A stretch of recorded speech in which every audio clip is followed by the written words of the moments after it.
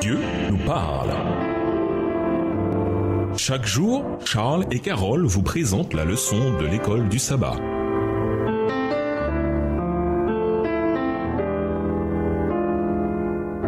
Bienvenue dans votre émission. Dieu nous parle. Nous voilà au dimanche 23 octobre. Périsse le jour. Imaginez que vous êtes Job.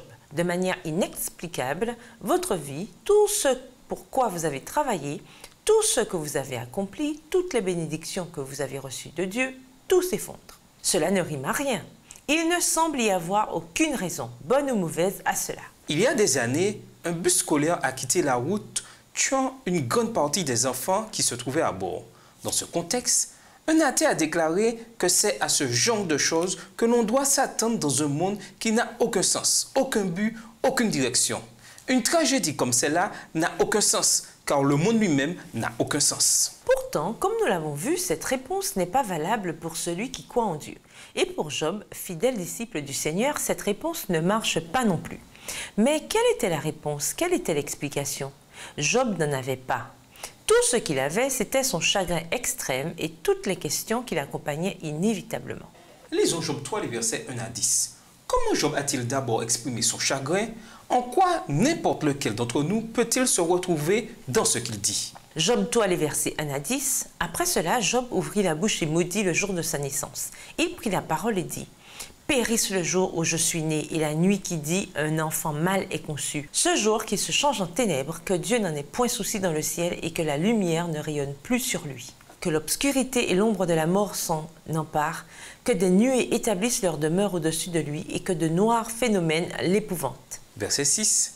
Cette nuit, que les ténèbres en fassent leur poids, qu'elles disparaissent de l'année, qu'elles ne soient plus comptées parmi les mois, que cette nuit devienne stérile, que l'allégresse en soit bannie, qu'elle soit maudite par ceux qui maudissent les jours, par ceux qui savent exciter le Léviathan, que les étoiles de son crépuscule s'obscurcissent, qu'elle attende en vain la lumière et qu'elle ne voit point les paupières de l'aurore, car elle n'a pas fermé le sein qui me conçut, ni dérobé la souffrance à mes regards. La vie, bien entendu, est un don de Dieu. Nous n'existons que parce que Dieu nous a créés. Acte 17, le verset 28, Apocalypse 4, le verset 11. Notre existence même est un miracle qui constitue une énigme à la science moderne. En effet, les scientifiques ne sont pas d'accord entre eux sur la définition même de la vie, et encore moins sur la manière dont elle est apparue, ou, plus important encore, sur les raisons pour lesquelles elle est apparue. Qui, pourtant, dans des moments de désespoir, ne s'est pas demandé si la vie en valait vraiment la peine? Nous ne parlons pas des malheureux cas de suicide, mais plutôt que dire des moments où, comme Job, nous souhaitons n'avoir jamais vu le jour. Dans l'Antiquité, un Grec déclara un jour que la meilleure chose qui pouvait arriver à quelqu'un, à part mourir, serait de ne jamais naître.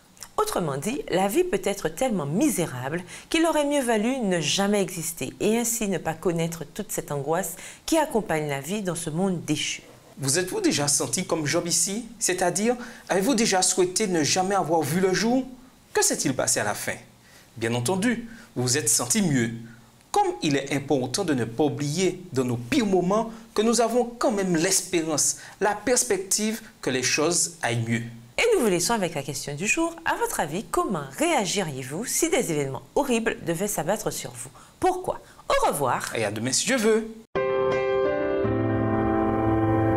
Dieu nous parle. Chaque jour, Charles et Carole vous présentent la leçon de l'école du sabbat.